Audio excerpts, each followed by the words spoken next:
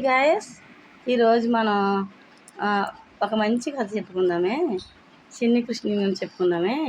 ఆయన భగవంతుడండి, గీతను బోధించిన మహా గొప్ప వ్యక్తి అండి. అయినప్పటికీ ఆయన ఎలాంటి బతికాడు తెలుసండి.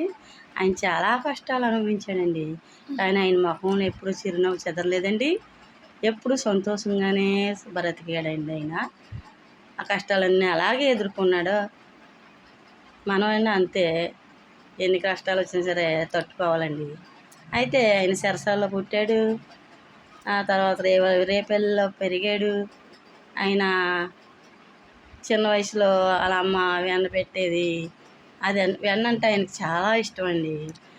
అయితే తన ఫ్రెండ్స్ కోసం నేను వెన్న తింటున్నాను, వాళ్ళు లేనోళ్ళు పాపం వాళ్ళకి ఎవరు పెడతారని ఆయన తిన్నట్లే వాళ్ళు కూడా తినాలని ఫ్రెండ్స్ కోసం, తన స్నేహితుల కోసం వాళ్ళకి వెన్న పెట్టాలని ఇరుగు పొరుగు వాళ్ళ ఇళ్ళల్లో వెన్న దొంగతనం చేసి ఆ ఫ్రెండ్స్ పెట్టేవాడండి.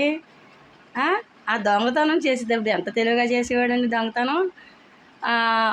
ఆడవాళ్ళు ఉంటారు కదా, అత్తగారు కోళ్ళు ఉంటుంది కదా, అత్తగారు కోళ్ళు జట్లు కట్టేసి, ఇద్దరు జట్లోనే మగవాళ్ళకైతే అప్పట్లో వాళ్ళకి తలలు ఉండేయండి. వాళ్ళ తలలు లేగదోళ్ళు తోకలు కట్టేసి లేగదోళ్ళు వదిలేసేవాడండి. ఈ లోపలికి వెళ్ళి ఈ వెన్న దొంగతనం చేసేవాడు. ఏమాత్రం వాళ్ళకడైనా లేస్తే ఈ లేగదోళ్ళ పరుగు అని ఈడ్చుకుంటా పోయేవండి. పాపం ఆ జుట్టు మండిపోయి గోల పెట్టేసేవారు. అది ఎంత గోల పెట్టినా లేగదోళ్ళు వదలకుండా లాక్కుంటా పోయేవి. అలాగే ఈ అత్తగారు కోళ్ళు వేస్తే ఇద్దరు తల్ల కట్టేసి ఉండడం వల్ల ఒకరి జుట్టు ఒకళ్ళు ఇలా లాక్కునేవారు. ఈ లాక్కోవడంలోనే సమయం అంతా అయిపోయేది. ఈ వెన్న దొంగలు పట్టుకోలేకపోయేవారండి. ఈ లోపున వీళ్ళు శుభ్రంగా అన్న స్నేహితులందరికీ పెట్టేసి చక్కగా అందరూ అన్నిటికి తప్పుకునేవారండి. అయితే యశోద చెప్పే రెండో రోజుని ఇలాగ జరుగుతుందని. అయితే మా ఇంట్లోనే బోల్డ్ ఆవులు ఉన్నాయి, మా ఇంట్లో బోల్డ్ వెన్న ఉంది, నేనే కడుపు నిండా వెన్న పెడతాను నా బిడ్డకి, మీ ఇంట్లో దొంగతనం చేయవలసిన అవసరం నా బిడ్డకేముంది అని వాళ్ళని ఏదో రకంగా పంపించేసి, అప్పుడు చిన్ని కృష్ణుడు వస్తే చిన్ని కృష్ణుడిని రోలుకి కట్టేసిందటండి. ఆ రోలు భగవంతుని ఎక్కడైనా కట్టగలమండి. ఆ రోలు ఈడ్చుకుంటూ వెళ్తుంటే అక్కడ జంట మధ్య చెట్లు ఉన్నాయటండి.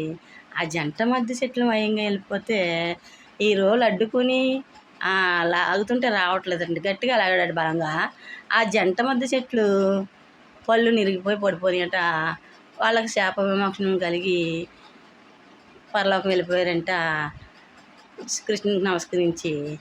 ఆ తర్వాత ఆవులు దోళ్ళతో హాయిగా బ్రతికేవాడటండి. వాటితో చెంగుమని గొంతులు వేసుకుంటూ ఆ ఫ్రెండ్స్తోని ఆనందంగా గడిపేవాడటండి.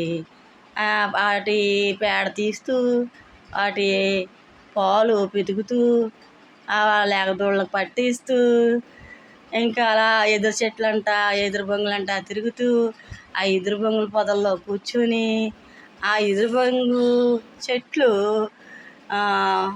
చీడ పట్టి చీడ లోపలంతా తినేసి బెజ్జాలు పెట్టి అది బలం సరిపోక ఎండిపోతే ఆ ఎదురు బొంగు ఇరుసుకుని దాన్ని ఊదడం మొదలుపెట్టాడు.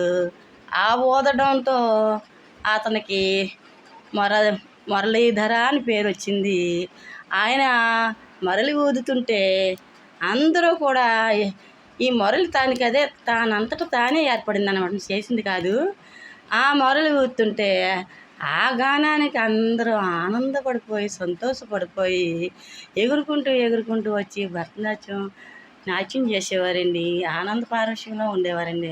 అందరినీ కూడా అంత సంతోష పెట్టేవాడండి ఆ చిన్ని కృష్ణుడు. అలాగే పెద్దవాడయ్యాడు. అనేక రకాలుగా ఎంతో మందికి మంచి చేశాడు. రాళ్ళ వర్షం కురిపిస్తుంటే ఇంద్రుడు గోవర్ధనగిరి ఎత్తి దాని కిందకి వీళ్ళందరినీ వచ్చామని చెప్పి 7 రాత్రులు ఒక రాత్రిగా చేసి అందరినీ కాపాడాడటండి ఆ చిన్ని కృష్ణుడు. ఇంకా ఆయన గురించి చెప్పాలంటే ఇంకా చాలా ఉందండి. తర్వాత చెప్పుకుందాం, ఓకేనా? దీని గురించి మీరు ఏమన్నారో, మీ మనసుకి ఏమనిపించిందో అది నాకు కామెంట్లు పెట్టండి. ఓకేనా? బాయ్.